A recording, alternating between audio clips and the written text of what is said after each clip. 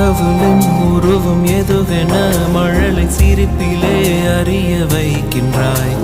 சேற்றிலே வளர்ந்த தாமரை மலரை போலவே நீ தோன்றினாய்.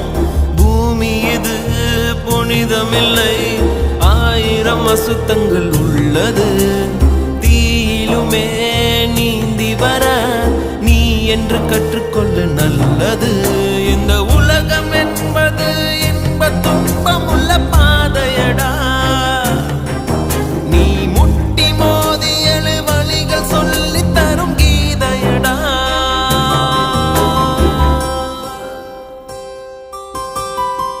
ஆராரோ பாட இங்கு தாயும் இல்லை, உன்னை அல்லே செல்லம் கொஞ்சம் யாரும் இல்லை.